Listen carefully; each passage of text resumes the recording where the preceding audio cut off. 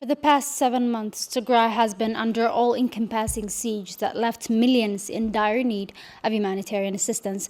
In an interview with Tigray television, head of Tigray Bureau of Social Affairs, Mulgeta Dabalko, says that more than 90% of the population in Tigray is in dire need of food assistance as the humanitarian catastrophe continues to exacerbate. We have a report. Mulgeta Dabalko, head of Bureau of Social Affairs, said that the numbers of people in need of assistance has continued to increase, with more than 90% of the population in Tigray in need of urgent humanitarian assistance, saying the blockade on humanitarian assistance and the discontinuation of all basic services has led to a humanitarian catastrophe of unimaginable proportions. We do have some 2.2 million IDPs. We do have some more than 1,000 family or civilian martyrs who lost their breadwinners. We do have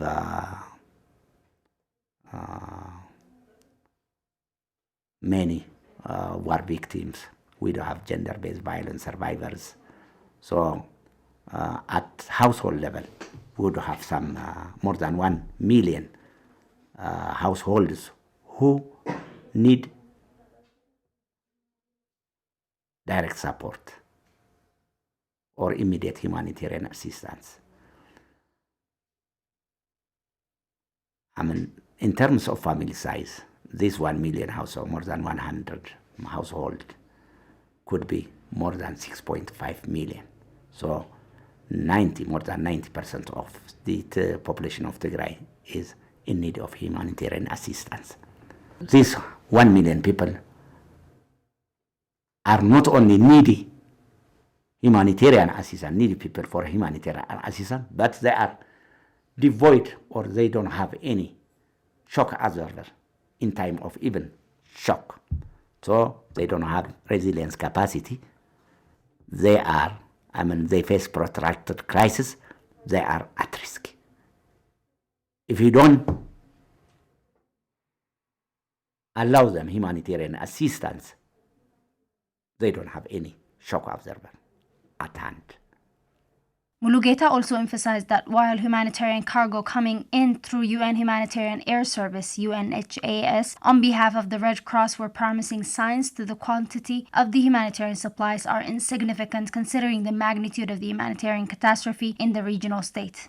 But last week there was a airplane, cargo movement with cargo flight, with very few medical supplies. The attempts were made by ICRC. There were 8 flights.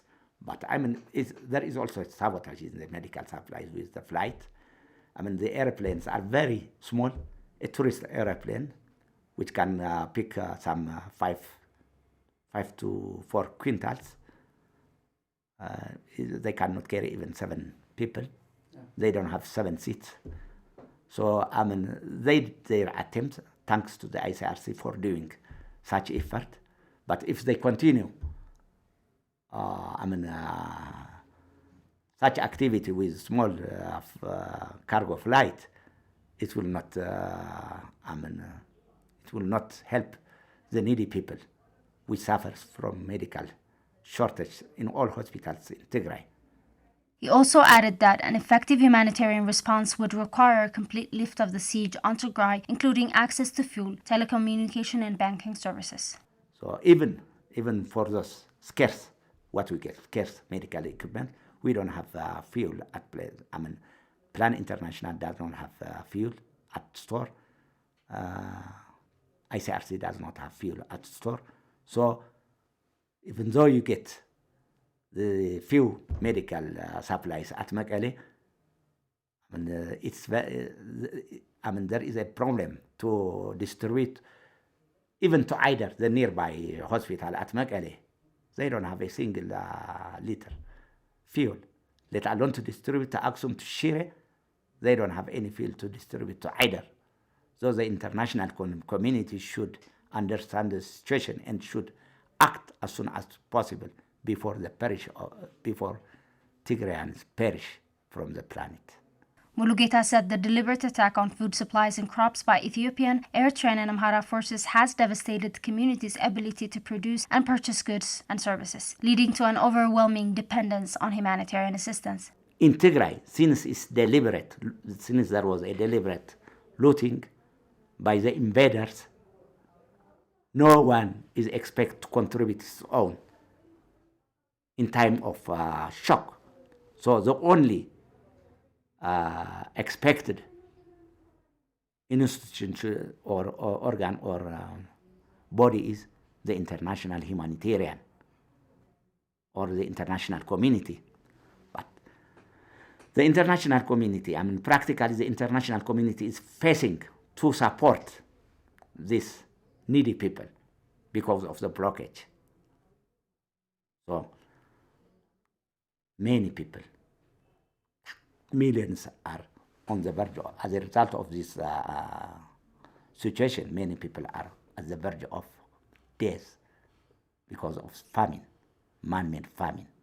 Mulugeta also said that the international community would need to play its part to secure unfettered access to humanitarian cargoes, attempting to reach the millions in dire need of humanitarian assistance. The international community is aware of this thing. They advocate starting from the return back of the Tigrayan government to its place. But there is no any. It was assumed that 100 trucks will come to Tigray so as to keep or to assist these needy people to humanitarian assistance. But let alone 100 trucks per day. We didn't get 10 trucks per month.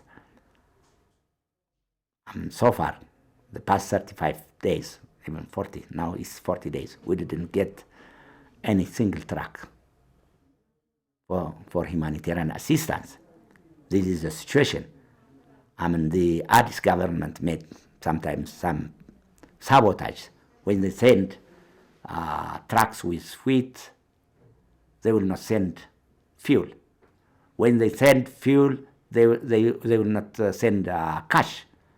So if you don't have fuel, you will not able to, even though the trucks have reached Makale, if you don't have fuel, you will not able to reach the needy people. If you don't have some administrative cash, your experts will not in a position to distribute the already existing scarce but already existing materials to the needy people. So the international community is aware of this sabotage, and together with the government and with the people, with the local NGOs and international, and we were engaging in advocating and in exposing the sabotage. But the response from the international community was, it was not effective in the past months. That's why the government, the Addis government, come to total blockage. Since the past month, they failed to send even a single truck. The last convoy was Convoy 26. Convoy 26 were returned back from Amala by giving different misinformations to the world and to the international community.